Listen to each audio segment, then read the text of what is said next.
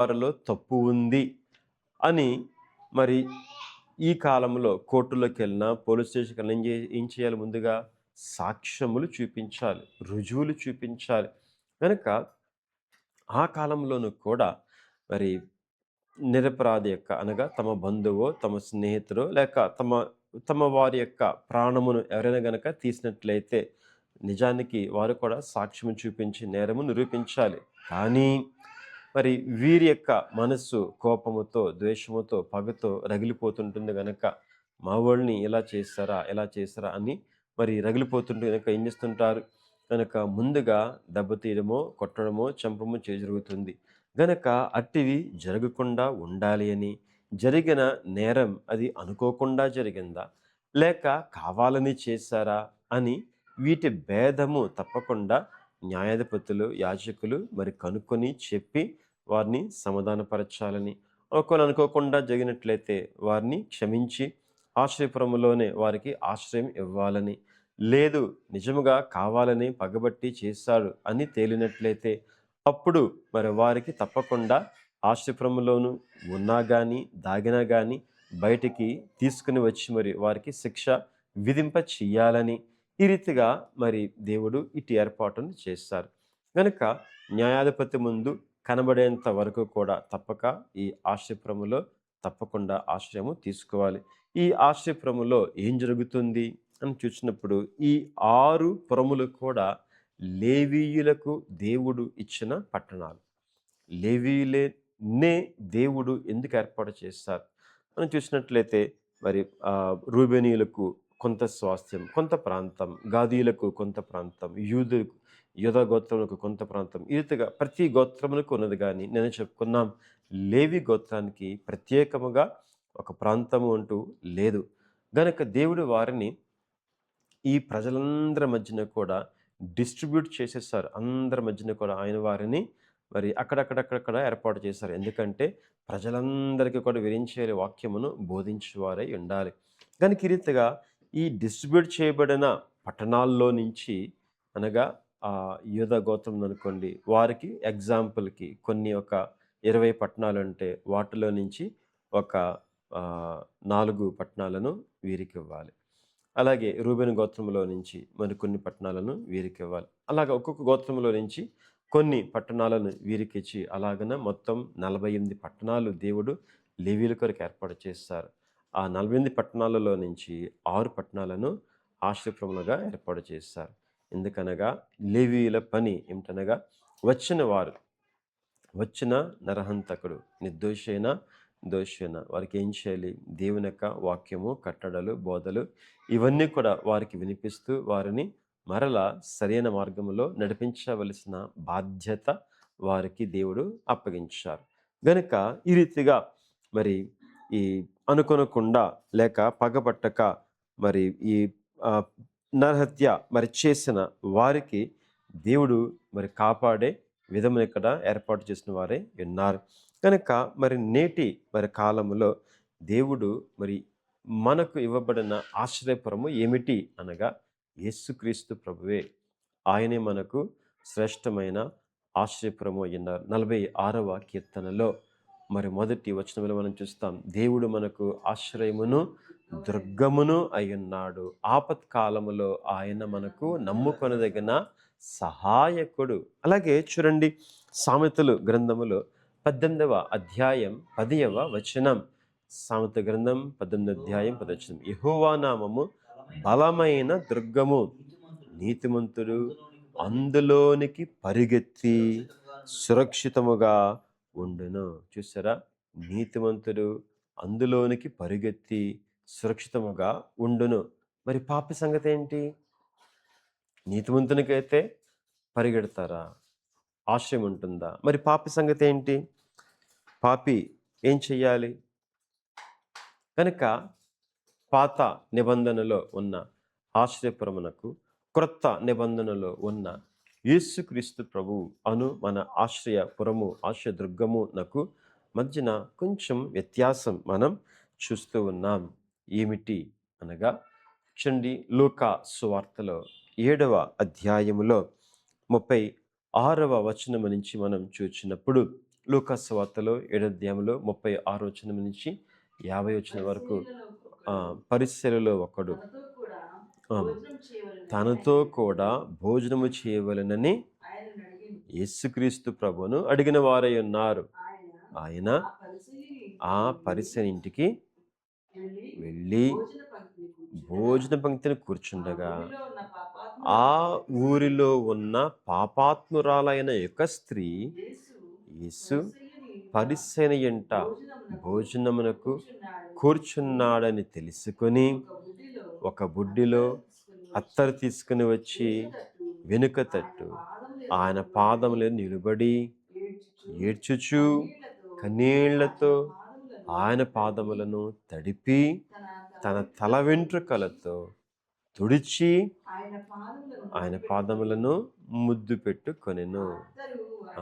చూసారా, ఈ రీతిగా ప్రభు అన్నారు, ఆమె విస్తారముగా ప్రేమించింది గనక ఆమె యొక్క విస్తారమైన పాపములు క్షమించబడినవి. మరి పాత నిబంధనలు చూస్తే ఒక నిర్దోషికి మాత్రమే ఆశ్రయపురములో కాపుదల, రక్షణ, క్షేమము ఉంది. ఒకవేళ కావాలని మరి చంపి ఆశ్రయపురంలోనికి వెళితే వారిని బయటికి లాగి మరి తీసుకొని వచ్చి ప్రతిహత్య చేయవలసిందే అని అప్పగించవలసి వస్తుంది. కానీ ఇక్కడైతే మరి వ్యత్యాసం ఏంటనగా పశ్చాత్తాపం ప్రభువులో మనకు దొరికే గొప్ప ఆశ్రయం ఏమిటనగా పశ్చాత్తాపం. ఎవరైతే ప్రభువును పశ్చాత్తాపముతో వచ్చి ఆశ్రయించువారై ఉంటారో వారు దోషులైన పాపులైన తప్పక వారి యొక్క పశ్చాత్తాప హృదయమును బట్టి, వారి యొక్క మారు మనస్సును బట్టి ప్రభు తప్పక క్షమించువారై ఉన్నారు. అందుకే యేసు రక్తం ప్రతి పాపము నుండి మనలను పవిత్రులనుగా చేయను. ఇంకా చూచినప్పుడు ఈ ఆశ్రయపురంలో చూచినప్పుడు కేవలం ఒక తప్పుకే అక్కడికి వెళ్ళాలి. బయటకు వచ్చాక మళ్ళీ ఎలాగని చేస్తే మళ్ళీ వెళ్ళాల్సిందే. కానీ ప్రభువులో దొరికే మరి ఆశ్రయం ఏమిటనగా ప్రతి పాపము నుండి ఆయన మనలను పవిత్రులనుగా చేయుచు ఉన్నారు అని గ్రహించండి. కనుక ఈ రీతిగా ఇంకా చూడండి, నహూము గ్రంథములో 1వ అధ్యాయం 7వ వచనం. నహూము గ్రంథం 1వ అధ్యాయం 7వ వచనం. యెహోవా ఉత్తముడు, శ్రమ దినమందు ఆయన ఆశ్రయ దుర్గము, తన యందు నమ్మిక ఉంచు వారిని ఆయన ఎరుగును. చూసారా, కనుక తప్పు జరిగి మరి చాలామంది ఇప్పటికీ కూడా ఎలాగుంటారు, అనుకోకుండా తప్పు జరిగిన దాని నుంచి ఎలా తప్పించుకోవాలి అని చూస్తారే కానీ దేవుణ్ణి ఆశించడం అనేది చాలా అరుదుగా అనేకులలో కనబడుతూ ఉంటుంది. ముఖ్యంగా దేవుణ్ణి ఎరిగిన వాళ్ళు ఇది అధికముగా కనబడుతూ ఉంటుంది. ఆ తప్పు నుంచి, దాని పర్యవసానము నుంచి పారిపోవడానికే, తప్పించుకోవడానికే, కప్పుకోవడానికే మరి చూస్తారు. కానీ ఇందులో ఈ ఆశ్రయపురములో సంగతి చెప్పమంటారా, ఆ ఊరి గవని దగ్గరికి వెళ్ళి ఆ ఊరి గవని దగ్గర గట్టిగా బిగ్గరగా తాను ఏం చేశాడో అది ఆ ఊరిలో వారికి పెద్దలకు చెప్పాలి. బిగ్గరగా చెప్పాలి. చెప్పి తాను చేసిన పనిని ఒప్పుకోవాలి. ఒప్పుకున్నప్పుడు అప్పుడు ఆ ఊరి పెద్దలు, ఆ ఊరి మరి లో ఉన్న లేవీయులు వీరిని ఇతనిని లోపలికి తీసుకుని వెళ్ళాలి. అప్పుడు వారికి ఆశ్రయం ఇవ్వాలి. తప్పు చెప్పకుండా ఉంటే వారికి ఆశ్రయపురములో మరి స్థానము, ఎంట్రన్స్ లేదు, నో ఎంట్రీ. అలాగే ప్రభు దగ్గర కూడా అదే మాట చూస్తున్నాం. మరి అతిక్రమమును దాచిపెట్టువాడు వర్ధిల్లడు, కానీ వాటిని ఒప్పుకొని విడిచిపెట్టువాడు కనికరము పొందును. అలాగే ప్రభు వద్ద కూడా మనం ఏ పాపమును కూడా ఎన్నడూ, ఏ తప్పిదమునైనా కానీ ఎన్నడూ కూడా కప్పుకోవడానికి వీలు లేదు. కనుక తప్పక మనము మరి ప్రభు ఎదుట మనము తప్పక ఒప్పుకోవలసిన వారమై ఉన్నాం. ఇంకా తనకు నిజముగా మొర్ర పెట్టు వారికందరికీ అని ఎలా ఉన్నాడు? 145వ కీర్తనలో 18వ వచనం. 145వ కీర్తన 18వ వచనం.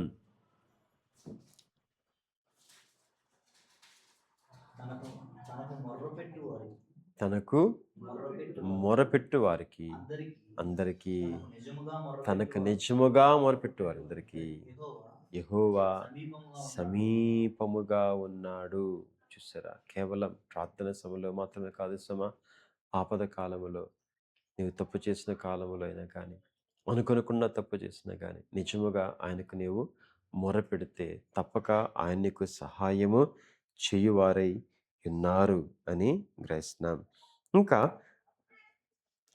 పేతురు రాసిన మొదటి పత్రిక 1వ అధ్యాయం 3వ వచనం నుండి, పేతురు రాసిన మొదటి పత్రిక 3వ అధ్యాయం 1వ వచనము నుండి.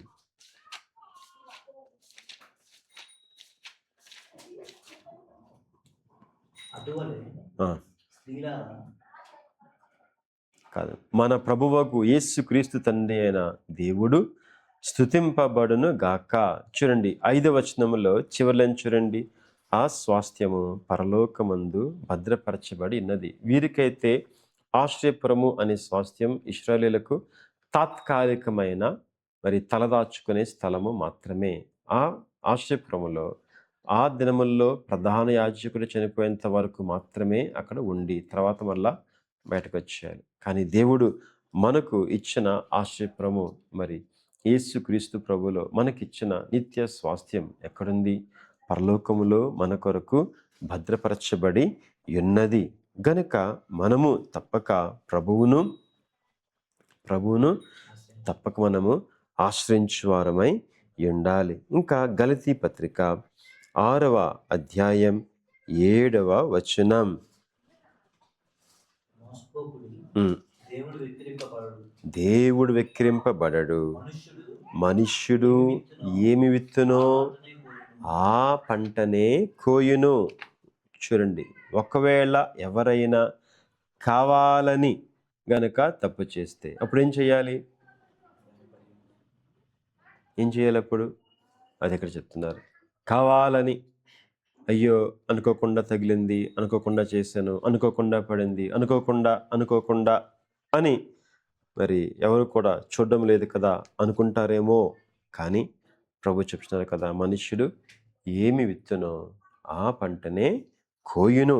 ఇంకా హెబ్రీలకు రాసిన పత్రిక 10వ అధ్యాయం 26, 27 వచనములు. హెబ్రీలకు రాసిన పత్రిక 10వ అధ్యాయం 26, 27 వచనములు. మనము సత్యమును గూర్చి అనుభవ జ్ఞానము పొందిన తరువాత బుద్ధిపూర్వకముగా పాపము చేసిన ఎడల పాపమునకు బలి ఇకను ఉండదు గాని న్యాయపు తీర్పునకు భయముతో ఎదురు చూచుటయు విరోధులను దహింపబోవు తీక్షణమైన అగ్నియు నికను ఉండును. చూసారా, సత్యమును గురించిన, ప్రభువును గురించిన అనుభవ జ్ఞానం, రక్షణ పొంది తర్వాత బుద్ధిపూర్వకముగా పాపము చేస్తే ఏమవుతుంది? తెలిసి పాపము చేస్తే క్షమాపణ కాదు కానీ తీర్పు ఉంటుంది అని ప్రభు ఇక్కడ మనకు తెలియపరుస్తున్నారు. కనుక సామెతలు గ్రంథం 23వ అధ్యాయం 10వ వచనం. సామెతల గ్రంథం 23వ అధ్యాయం 10వ వచనం. పురాతనమైన పొలిమేర వాటిని తీసివేయుచున్నాను. తల్లిదండ్రులు లేని వారి పొలంలోనికి నీవు చొరబడకూడదు. వారి విమోచకుడు బలవంతుడు, ఆయన వారి పక్షము నీతో వ్యాజ్యమాడును. ఓకే, సరే. తర్వాత చూడండి 8వ వచనం చూడండి. ద్వితీయోపదేశకాండ గ్రంథం 19వ అధ్యాయం 8వ వచనం. మరియు నీ దేవుడని యెహోవా నీ పితరులతో ప్రమాణము చేసినట్లు ఆయన నీ సరిహద్దులను విశాలపరిచి నీ పితరులకు ఇచ్చేదని చెప్పిన సమస్త దేశమును నీకిచ్చినడల నీవు నీ దేవుడని యెహోవాను ప్రేమించుచు నిత్యమును ఆయన మార్గములలో నడుచుటకు ఏం చేయాలంట? నీ సరిహద్దులను విశాలపరచి. అంటే ఏంటి? ఆ కాలంలో వారికైతే మరి ప్రారంభంలో యొర్దాను యువతల కొద్ది ప్రాంతమే. తర్వాత యొర్దాను యువతల పూర్తిగా దాదాపు 32 మంది రాజులను యెహోషువ జయించి ఆ దేశమంతటిని కూడా స్వాధీనపరచుకున్నవాడై ఉన్నారు. ఒక్కసారికే అందరి మీద కూడా జయముని పొందినవాడై ఉన్నారు.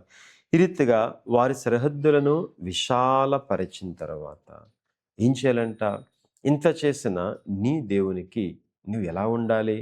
ఆయనను ఎలా నడుచుకోవాలి అంటే, నీవు ఆయనను ప్రేమించుచు నీ దేవుడైన యెహోవాను ప్రేమించుచు నిత్యమును ఆయన మార్గములలో నడుచుచు ఉండాలి. ఇంకా ఆయన ఆజ్ఞలు కట్టడలు తప్పక నెరవేర్చుచు ఉండాలి అని గ్రహించండి.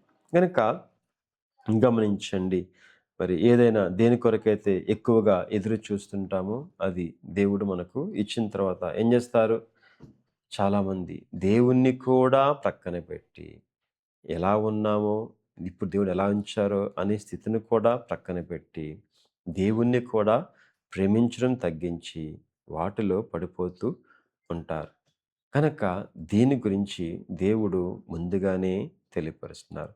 ఎంతగా ఎదురు చూచినా ఈ 40 సంవత్సరములు కూడా కష్టపడిన ప్రయాణము చేసినా కానీ నీకు ఇచ్చేదెవరు?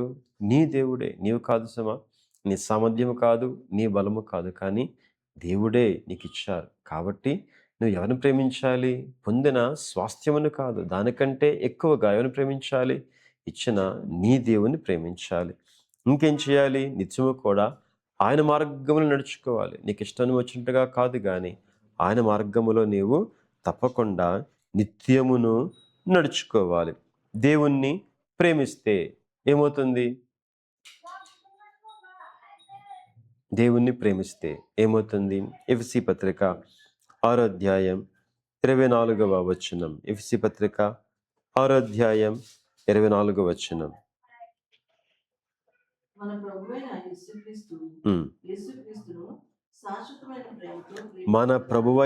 యేసుక్రీస్తును శాశ్వతమైన ప్రేమతో ప్రేమించు వారికందరికీ కృప కలుగును గాక. చూసారా? దేవుని ప్రేమించువారమైతే ఏం చేస్తున్నారు? దేవుడు అట్టివారికి కృప అనుగ్రహించబడుతుంది. ప్రేమింపకపోతే కృప ఉండదు. గనుక అపోస్తలుడైన పౌలు గారు కూడా కొరింథీయులకు రాసిన మరి మొదటి పత్రికలో 16వ అధ్యాయములో 22వ వచనములో ఒక మాట అంటారు. ఎవడైనను ప్రభువును ప్రేమింపకుంటే వాడు శపింపబడునుగాక. అమ్మో, ఎంత భయంకరమైన మరి సత్యమో చూసారా? ఎవడైనను ప్రభువును ప్రేమింపకుంటే వాడు శపింపబడును గాక అని ప్రభు ఇక్కడ మనకు తెలియపరుస్తున్నారు. కనుక ఈ రీతిగా మరి ప్రభు మనకు సమస్తమును అనుగ్రహించుండగా మరి ఉద్యోగమైనా కానివ్వండి, నీ సరిహద్దును విశాలపరిచినట్టు కాదా? రక్షించబడి ఉన్నావు ఈ భూలోకంలో నుంచి, నీ కొరకు పరలోకములో స్వాస్థ్యం. ఇందాక మనం పేతు గ్రంథంలో చూసాం, పేతు పత్రికలో చూసాం. మరి స్వాస్థ్యమును దేవుడు ఇచ్చినారుగా. మొదటి పత్రికలో మరి 1వ అధ్యాయములో 5వ వచనములో చివరిలో చూసాం. మరి మన కొరకు పరలోకములో ఆ స్వాస్థ్యము భద్రపరచబడినది. దేవుడు ఈ లోకములో ఉండగా, నీవు నేనుండగా మన కొరకు పరలోకములో అనగా సరిహద్దును విశాలపరిచి, ఎంతవరకు అనగా ఈ లోకంలో కొరకు మాత్రమే కాదు, పరలోకములోను ఆయన మన కొరకు స్వాస్థ్యమును భద్రపరిచారుగా. సరిహద్దును విశాలపరచలేదా ముందుగా నీ కొరకు? అలాగే నీవేమైతే కావాలనుకున్నావో, కోరుకొనిచున్నావో ఈ లోకములో నీవు కోరుకున్న సమస్తమును కూడా నీకు అనుగ్రహించటలేదా? ఇల్లు అంటున్నావు, ఇల్లు ఇవ్వట్లేదా? పొలం అంటున్నావు, పొలం ఇవ్వట్లేదా? స్థలం అంటున్నావు, స్థలం ఇవ్వట్లేదా? ఇంకా ఈ రీతిగా దేవుడు మీ సరిహద్దులను విశాలపరచటలేదా? ఈ లోకములోను విశాలపరచుచున్నారు, పరలోకములోను కూడా విశాలపరచుచున్నారు. నీ ఇన్ఫ్లుయెన్స్, నీకు జాబ్ ఇచ్చారు, నీకు పేరు ఇచ్చారు, ఒక స్థితి ఇచ్చారు. నీ ఇన్ఫ్లుయెన్స్ కూడా అనేక మంది మీద అనేక చోట్ల పెరుగుతుందిగా. అప్పుడును కూడా నీ సరిహద్దు విశాలపరచబడుతుంది కదా. మరి ఇంతగా మరి చేయుచున్నప్పుడు దేవుని ఎడల నీవు ఎలాగుంటున్నావు? ఎలా ఉండాలి అని ప్రభు ఇక్కడ తెలియపరుస్తున్నారు. గనుక నీవు నీ దేవుడైన యెహోవాను ప్రేమింపవలెను, ఆయన ఆజ్ఞలను బట్టి నడుచుకునవలెను, ఆయన కట్టడలను బట్టి నీవు నడుచుకునవలెను, నిత్యమును కూడా ఆయన మార్గములలోనే తప్పక నడుచుకొనవలెను అని ప్రభువు మనకిక్కడ తెలియపరుస్తూ ఉన్నారు. కనుక ఇంకా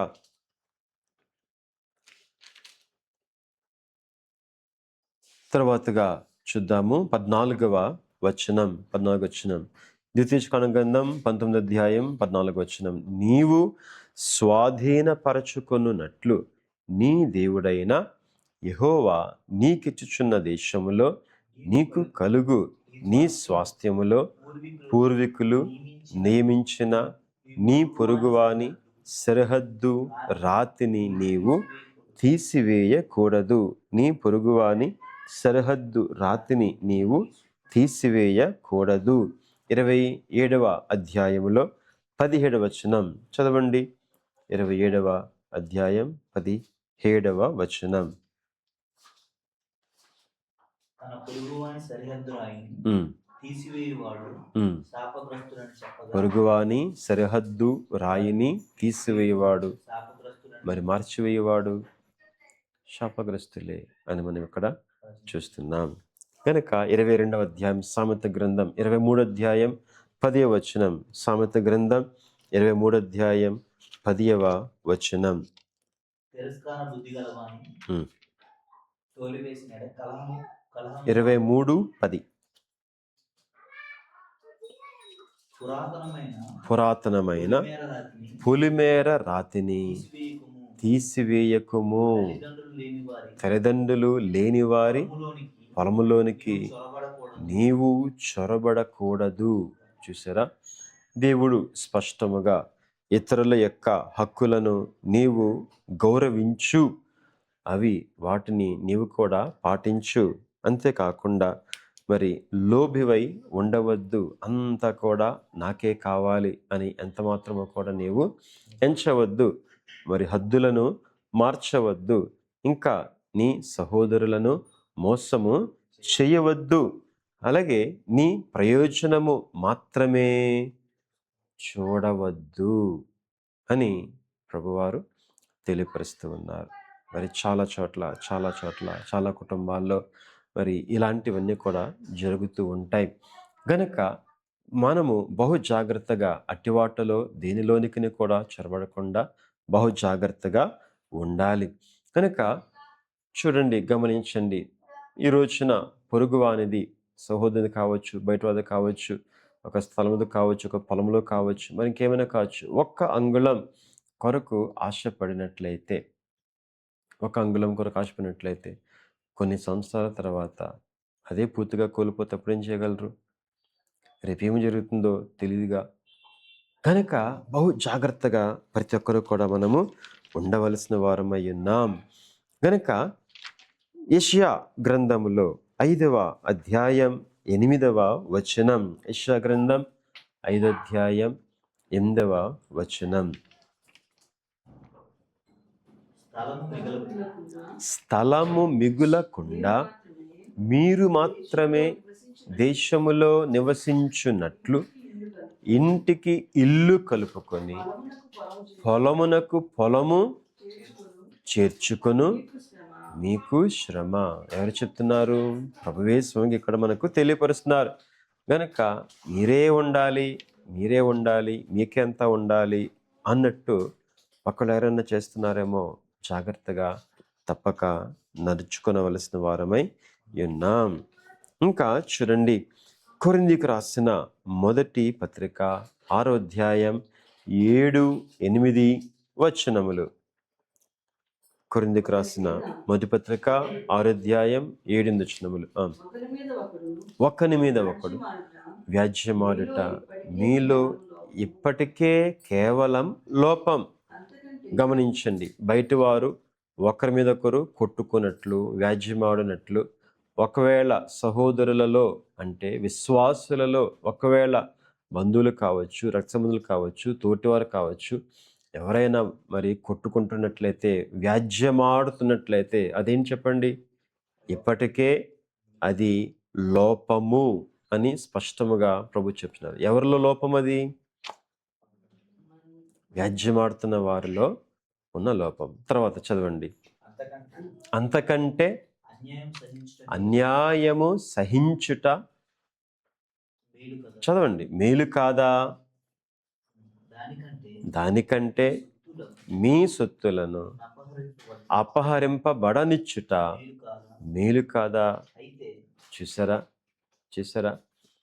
గనుక నేను కోర్టుకు వెళ్తాను, నేను కేసు పెడతాను, ఇంకా నేను అలా చేస్తాను, ఇలా చేస్తాను, ఇవన్నీ కూడా ఏం చెప్పండి? లోపములు.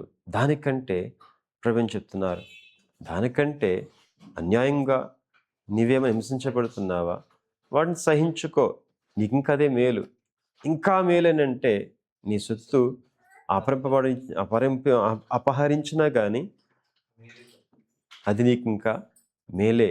కానీ నీవేం చేయకు, నీవైతే వ్యాజ్యమాడవద్దు అని ప్రభు ఇక్కడ వాక్యములు మనకు తెలియపరుస్తూ ఉన్నారు. ఫిలిప్పీకి రాసిన పత్రిక 2వ అధ్యాయం 3-4 వచనములు. 3-4 వచనములు. కక్ష చేతనైనను వృధాతిశయము చేతనైనను ఏమీ చేయక వినయమైన మనస్సు గలవారై ఒకనినొకడు తనకంటే యోగ్యులని ఎంచుచు మీలో ప్రతివాడును తన సొంత కార్యములను మాత్రమే కాక ఇతరుల కార్యములను కూడా చూడవలెను. చూసారా, నేటి కాలంలో ఉన్న మరి మెంటాలిటీకి ఇది కంప్లీట్ విరుద్ధంగా ఉంది. నేటి కాలంలో ఏం చెప్తారు? అందరూ కూడా ఇంప్రూవ్ చేసుకోవాలి, నేను గొప్ప అంటే నేను గొప్పని చూపించుకోవాలి. ఒక ఆఫీసు జాయిన్ అవ్వరు అనుకోండి, అదే చూపించుకోవాలి. ఇంటర్వ్యూకి వెళ్ళారా, అదే చూపించుకోవాలి. ఎక్కడికి వెళ్ళినా అదే చూపించుకోవాలి. పిల్లల్లోనూ కూడా అదే, స్కూల్లోనూ కూడా, ఎన్ని చోట్లకి వెళ్ళండి, ఎక్కడైనా కానీ ఇదే చూపించుకోవాలి. కానీ సంఘములో, జీవం గల దేవుని సంఘములో ఒక విశ్వాసి ఉండవలసిన తీరు అది కాదు. ఏమంటా నాకంటే నా పొరుగువాడు, నాకంటే నా సహోదరుడు, నాకంటే నా ప్రక్కవారు ఎలా ఉన్నారు? యోగ్యులు. నాకంటే వారు యోగ్యులు. మనం ఏమనుకుంటాం? నేనే బాగా చేసుకుంటాను, నేనే ప్రార్థన చేసుకుంటాను, నేను బాగా సన్నిధి చేసుకుంటా, నేను బాగా. చూసారా, వాక్యం ఏం చేస్తున్నాం? మీరు కాదు, ఎవరిని? మీ తోటి వారిని ఎప్పుడైతే యోగ్యులు అని ఎంచుతారో, మీకంటే అధికముగా యోగ్యులు అని ఎంచుతారో, అప్పుడు ఏం చేయగలరు? మీరు వారికి తగ్గించుకొని వారికి సహాయం చేయగలరు. వారి కొరకు, వారి కార్యములలో, వారి పనులలో మీరు కూడా పాలు పొందగలరు. లేకపోతే ఏమంటాం? నేను గొప్ప కాబట్టి, నేను అధికం కాబట్టి మీరందరూ కూడా వచ్చి నాకు పని చేసి పెట్టండి అంటారు. లేదంటే వాళ్ళు గొప్ప అనుకుంటే ఎవరికైనా తప్పక మనము సహాయము చేయగల వారమై ఉంటాం. గనుక ఈ రీతిగా ప్రతి ఒక్కరూ కూడా తన ప్రయోజనము మాత్రమే చూడకూడదు, కానీ ఎదుటివారి ప్రయోజనమును కూడా తప్పక మనము చూడవలసిన వారు విన్నాం. ప్రభు కూడా ఇదే పని చేశారు. ఇదే పని మోషే ఇదే పని చేశారు, పౌలు ఇదే పని, శిష్యులు ఇదే పని.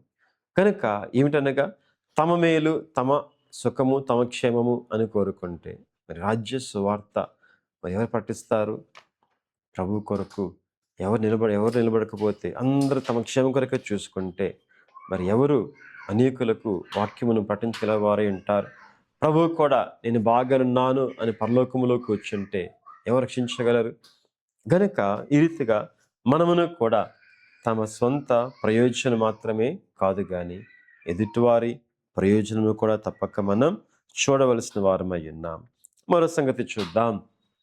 హెబ్రీ పత్రికలో 13వ అధ్యాయం 5వ వచనం. హెబ్రీ పత్రికలో 13వ అధ్యాయం 5వ వచనం. ధనాపేక్ష లేని వారై కలిగిన వాటితో మీకు కలిగిన వాటితో తృప్తి పొంది యుండుడి.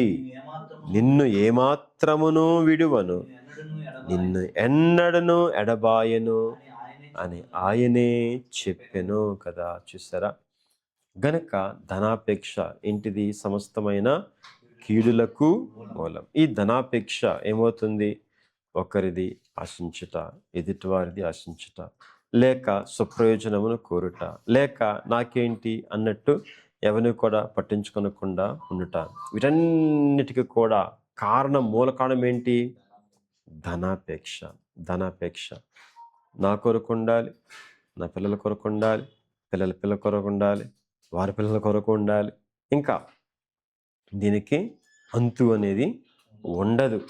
గనక ఒకటి ఉంటే సరిపోదు, 10 కావాలి, 10 ఉంటే సరిపోదు, ఇంకా కావాలి. ఇలాగన ఏం చేస్తుంటారు అనగా ధనాపేక్ష. గనక ధనాపేక్ష లేని వారే ఏం చేయాలంట? కలిగిన వాటితో తృప్తి పొంది ఎండుడి. యెహోవా ఆశీర్వాదము ఏమిస్తుంది? ఐశ్వర్యం ఇస్తుంది. నరుల కష్టము చేత ఆ ఆశీర్వాదము ఎక్కువ కాదు. చాలామంది ఆశీర్వాదమును మరి ప్రక్కన పెట్టి ఇంకా కష్టపడాలి, ఇంకా చేయాలి, ఇంకా చేయాలి, ఇంకా చేయాలి అనుకుంటూ ఉంటారు. కనుక దేవుడు ఇచ్చేదేదో మనము వృధాతిశయము చేత కావాలని కోరుకున్నదేదో తప్పక మనము గ్రహించుకోవాలి అని చూడండి. ఇంకా మనం చూస్తాం తిమోతికి రాసిన మొదటి పత్రిక 6వ అధ్యాయం 6వ వచనం. తిమోతికి రాసిన మొదటి పత్రిక 6వ అధ్యాయం 6వ వచనం. సంతుష్టి సహితమైన దైవ భక్తి గొప్ప లాభ సాధనమై ఉన్నది. ఎంత భక్తి కలిగినా, దేవునిలో ఉన్నా, మనలో మనకు తృప్తి అనేది లేకపోతే, సంతుష్టి అనేది లేకపోతే ఉపయోగం ఏముంది? తృప్తి అనేది లేకపోతే దానివల్ల నష్టమే అని ఇక్కడ చేస్తున్నాం.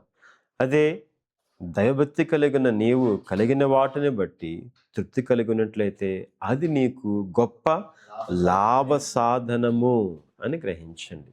ఏది? ఆశపడ్డం కాదు, కానీ ప్రభువును బట్టి, ఆయన ఇచ్చిన దానిని బట్టి తృప్తి కలిగినట అనేది మనకు లాభ సాధనము. కనుక ఇంకా తర్వాత చూడండి 15వ వచనము నుండి.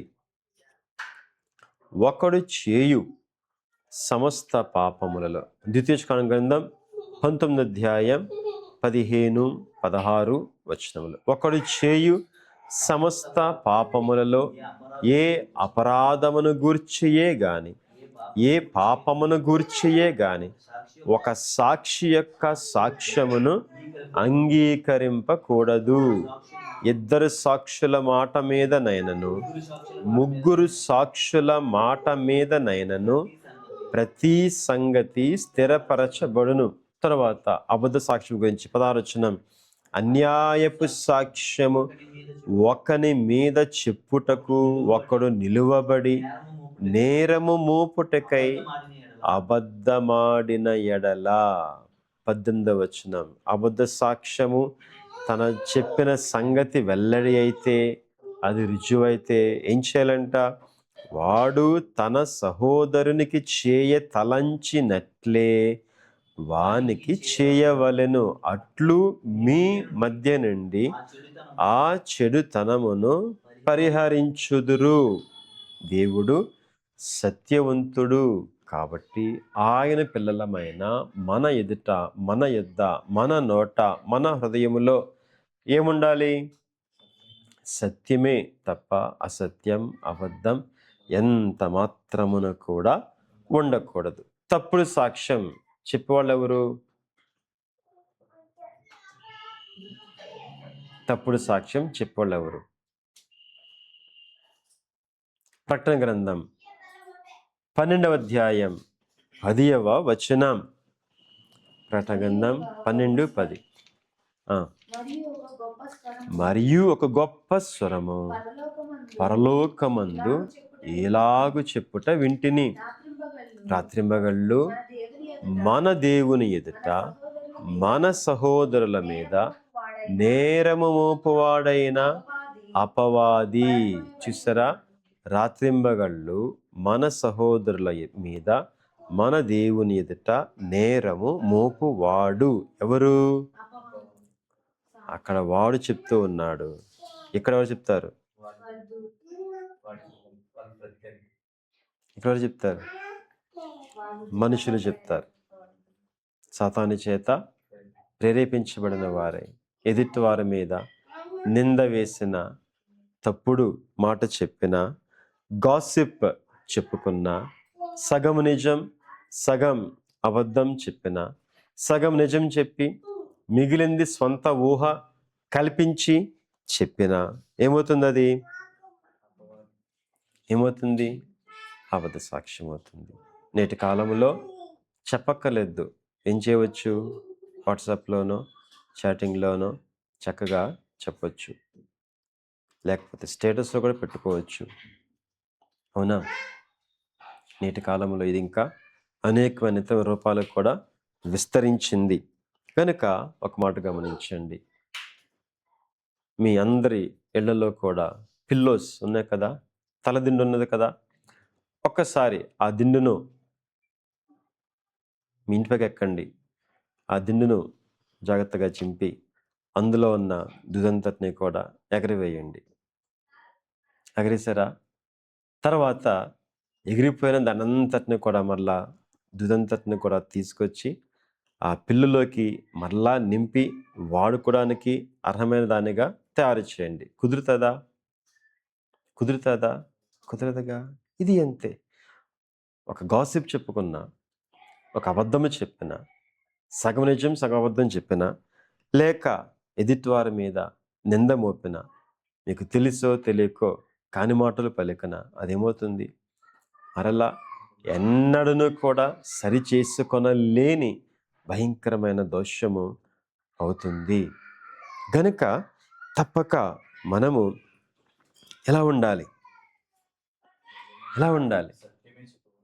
ప్రకటన గ్రంథములో 1వ అధ్యాయములో 5వ వచనములో చూడండి.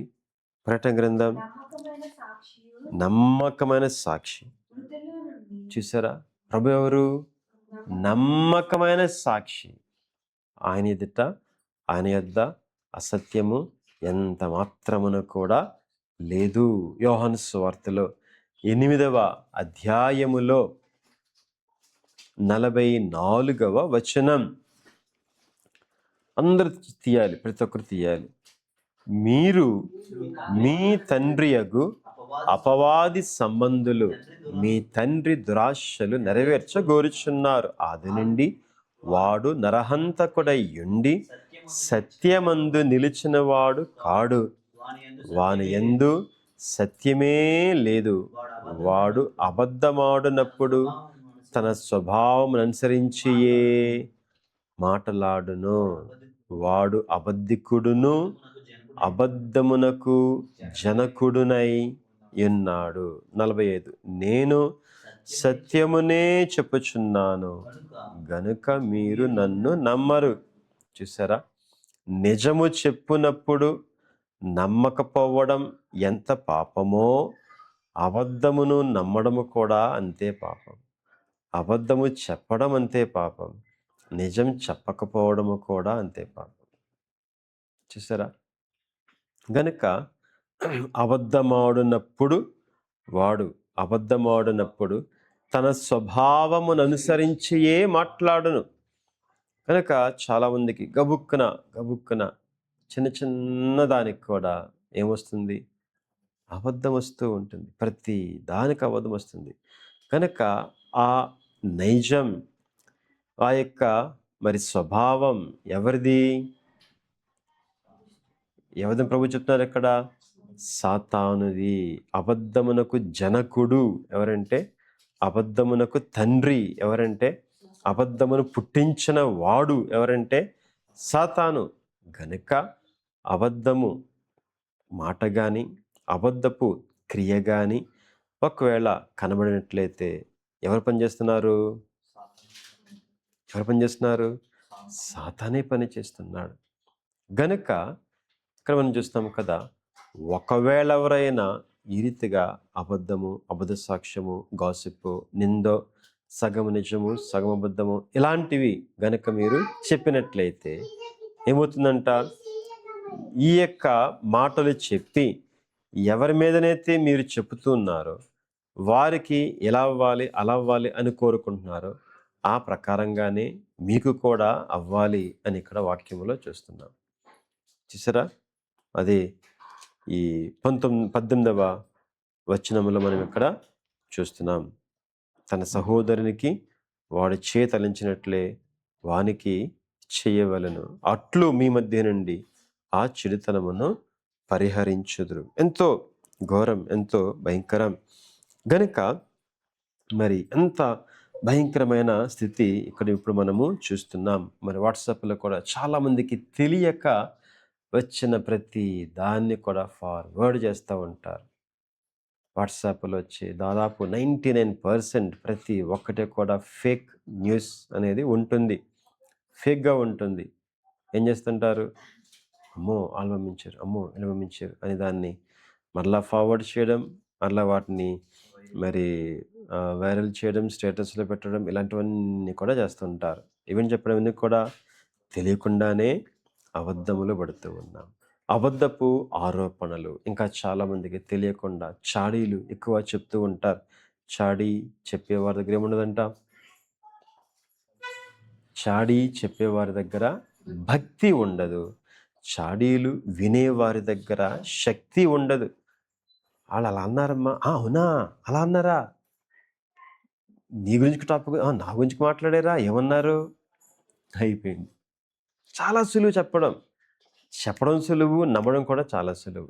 కానీ చెప్పే వాళ్ళ దగ్గర ఏమి లేదు, భక్తి లేదు.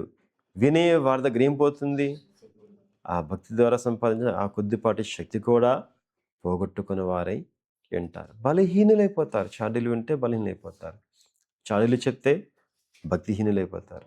చూసారా, ఇది దైవజనుని మాటగా మనము గ్రహించవలసిన వారు విన్నాం.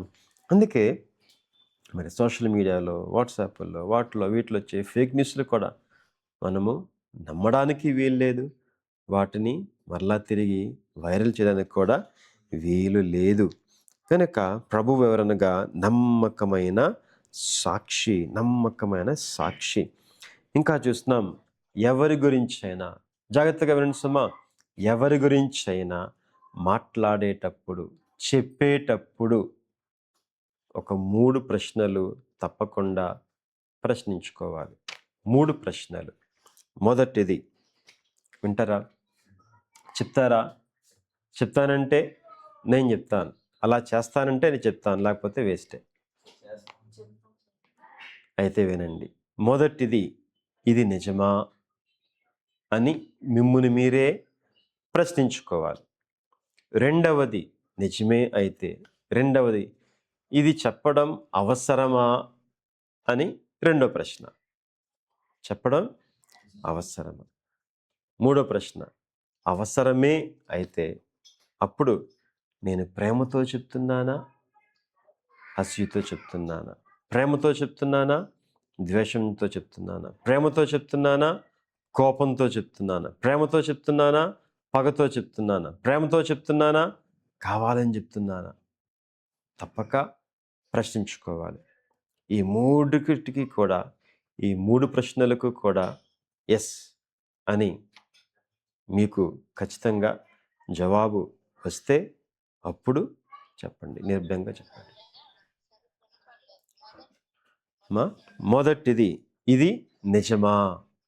రెండవది, ఇది అవసరమా. మూడవది, ప్రేమతో చెప్తున్నానా కాదా. ఈ రీతిగా ప్రశ్నించుకుంటే లోకంలో అట్లీస్ట్ విశ్వాసుల మధ్య అయినా, సంఘములో అయినా ఏముండవు, కుటుంబంలో అయినా ఏముండవు, గాసిప్స్ ఉండవు, నిందలుండవు, తప్పుడు ఆరోపణలు ఉండవు, అసత్య ప్రచారాలు ఉండవు, అబద్ధ సాక్ష్యములు ఉండవు. దేవుని దృష్టికి మనము యథార్థవంతులముగా ఉంటాం. సాతాను చేతిలో పడకుండా ఉండగలం. కనుక ఈ రీతిగా మరి ప్రభువారు మనకు ఇట్టి మరి చక్కని మాటను మనకు ఆయన తెలియపరుస్తూ ఉన్నారు. పేతురు రాసిన మొదటి పత్రిక 3వ అధ్యాయం 9వ వచనం, ఆశీర్వాదమునకు వారసులవుటకు మీరు పిలువబడితే గనుక కీడుకు ప్రతి కీడైనను దూషణకు ప్రతి దూషణ అయినను చేయక దీవించుడి. ఇక్కడ చూసాం ద్వితీయోపదేశకాండములో 19 అధ్యాయములో 21 వచనంలో చూసాం, 18, 19లో చూసాం. ఏమని? ఏమైతే నీవు అలా పలికావో అదే ప్రకారంగా నీకు కూడా చెయ్యాలి అని ధర్మశాస్త్రం చెబుతుంది. కంటికి కన్ను, పంటికి పన్ను, చేతికి చెయ్యి, కాలుకి కాలు, ప్రాణమునకు ప్రాణము మీకు విధి. ఇది ఎవరు చెప్పారు? మోషే ద్వారా దేవుడు ఆనాటి కాలంలో ఉన్న వారికి ఏర్పాటు చేసిన ధర్మశాస్త్రములో ఉన్న ఒక కట్టడ. అయితే ప్రభు ఏమంటున్నారు ఇక్కడ పేతురు గారి ద్వారా? ఆశీర్వాదమునకు మీరు వారసులటకు పిలువబడితే గనక కీడుకు ప్రతి కీడు చెయ్యవద్దు, దూషణకు ప్రతి దూషణ వద్దు, కానీ ఏం చెయ్యండి? దీవించండి. దీవించండి. ఏం చేయండి? మిమ్మల్ని దూషిస్తే ఏం చేయండి? దీవించండి. మీకు హాని చేస్తే ఏం చేయండి? దీవించండి. ఎలా దీవించాలి? కాదుగా, మనసులో కోపముండి రోషముండి ఏదోటి కంపల్సరీ అవ్వాలి అన్నట్టేమో మనసులో ఉండి పైకేమో దేవుడిని దీవించుగాక అంటే అది కాదు కావాల్సిన సుమా. ఏం కోరుకోవాలి? ప్రేమతో మనము వారిని దీవించవలసిన వారమై ఉన్నాం. మీ శత్రువులను ప్రేమించండి, మీ శత్రువుల కొరకు ప్రార్థన చేయండి, మీ శత్రువులు వారికి మేలు చేయండి, వారిని దీవించండి అని ప్రభువారు చెప్పారు కదా. గనుక ఎందుకు ఇలాగన అనగా, ఎందుకు మన నోట దూషణ మాట రాకూడదు అంటే, మనము ఆశీర్వదింపబట్టు కొరకు ఆశీర్వాదమును పొందే వారసులముగా మనం దేవుడు ఏర్పాటు చేసుకున్నారు గనుక ఎన్నడూ కూడా మన దగ్గర ఏముండకూడదు. అసత్యమే కాదు సుమా, దూషణ మాట కూడా, ద్వేషపు మాట కూడా మన నోట ఉండకూడదు. కనుక ఇంకా చూడండి, రోమా పత్రిక 12వ అధ్యాయం 14వ వచనం. రోమా పత్రిక 12 అధ్యాయం 14వ వచనం. మిమ్మును హింసించు వారిని దీవించుడి గాని శపింపవద్దు. నిన్న కూడా మనం చూసాం, మీరు ఎవరి మధ్య కాపురం ఉన్నారో ఆ సమస్తమైన అన్య జనుల యొక్క ఆచారముల చొప్పున మీరు చేయకూడదు. ఇది కూడా అంతే. వారేం చేస్తారు? దెబ్బకు దెబ్బ, మాటకు మాట రెట్టించి దెబ్బలాడి ఇంకా ఎలాగైనా కానీ నెగ్గాలని చెప్పి, ఎలాగైనా కానీ ఓడించాలని చెప్పి ఈ రీతిగా చేస్తుంటారు. మీరు అలాగునా చేయవద్దు. హింసించు వారిని దీవించుడి గాని శపింపవద్దు. అంటే మాటతోనే కాదు సుమా, చేతతోనూ, ఆఖరికి ఆలోచన తలంపులోనూ కూడా అట్టిది రాకుండా మనము జాగ్రత్త పడవలసిన వారమై ఉన్నాం. ప్రభు చెప్పిన మాదిరి మనకు గొప్ప మాదిరి. తండ్రి, వీరేమి చేయుచున్నారో వీరెరుగరు గనక వీరిని క్షమించుము. చివరికి మాట చూసి ముగిద్దాం. మరి మత్తయి సువార్తలో 5వ అధ్యాయములో ప్రభు చెప్పిన మాట 37, 38 వచనములు. 37, 38 వచనములు. అవునంటే అవును, కాదంటే కాదు అని ఉండవలెను. వీటికి మించినది దుష్టుని నుండి పుట్టినది. 38. కంటికి కన్ను, పంటికి పళ్ళు అని చెప్పబడిన మాట మీరు విన్నారు కదా. 39. నేను మీతో చెప్పునదేమనగా, దుష్టుని ఎదిరింపక నిన్ను కుడి చెంప మీద కొట్టువాని వైపునకు ఎడమ చెంప కూడా త్రిప్పుము. చూసారా ప్రభు ఎలాగనైతే తనను హింసించుచున్న వారి కొరకు ప్రార్థన చేశారు. మనమును కూడా అదే ప్రకారముగా చేయవలసిన వారమై ఉన్నాం. నీ పై వస్త్రం ఎత్తుకొని పోతున్నారా, నీ అంగీని కూడా తీసుకొనివ్వు అని ప్రభు చెప్పుచున్నారు. 1 మైలు దూరం రా, నాకు సహాయం చేయి, నన్ను తీసుకెళ్ళు అని నిన్ను అడిగారా, నిన్ను ఫోర్స్ చేశారా? వెళ్ళు, 1 మైలు కాదు 2 మైళ్ళు వెళ్ళు, నువ్వు ఏం పర్వాలేదు అని ఈ రీతిగా ప్రభు మనకు ఈ నూతన కృపా కాలంలో మనకు కూడా మనం ఎలాగనైతే కృపను కోరుకుంటామో అలాగే మనమును కూడా ఎదుటివారిని అదే రీతిగా కనికరింప బద్ధులమై ఉన్నాం. చాలామందికి ఒక సంగతి తెలియదు. వారు తప్పు చేశారు కాబట్టి, నేను ఉప్పు కాబట్టి అనుకుంటూ ఉంటారు.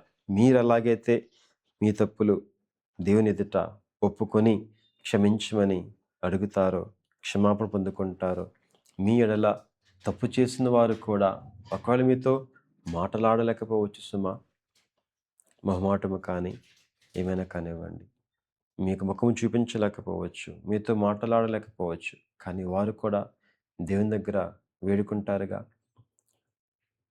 బ్రతిమలాడతారుగా, ఒప్పుకుంటారుగా. అప్పుడు వారేమవుతారు? వారు కూడా పశ్చాత్తాపమును బట్టి ప్రభువులో వారు కూడా మీ వలనే నీతిమంతులుగా అవుతారు, క్షమాపణ పొందిన వారు అవుతారు. అప్పుడు మనము చూడండి, క్షమించబడిన పాపములను, క్షమించబడిన తప్పిదములను మరలా మనం ఎత్తి వీటిని వెల్లడి చేస్తే, వీటి గురించి పదే పదే ఇంకా బాధపడుతూ ఉంటాం. అప్పుడు ఏమవుతుంది? సాతాను ఇదే చేస్తాడు. క్షమించబడిన పాపములను సాతాను మరలా దేవుని దగ్గరికి వెళ్ళి వాడు చెప్తూ ఉంటాడు. మనము కూడా అదే రీతిగా చేసినట్లయితే ఏమవుతాం? సాతాను యొక్క చూసారా, గనుక బహు జాగ్రత్తగా మనము ఉండవలసిన వారమై ఉన్నాం. కనుక ధర్మశాస్త్రం కాలంలో కేవలం న్యాయం మాత్రమే, కృపకు స్థానం లేదు. ఇప్పుడు దేవుడు కృపను ఆయన కనుపరచచ్చు. అటు న్యాయముతో పాటు కృప, కనికరం, న్యాయమును మించి కనికరము దేవుడు మనకు అనుగ్రహించుచు ఉన్నారు. దయను సత్యమును ఆయన మనకు దయచేయుచు ఉన్నారు.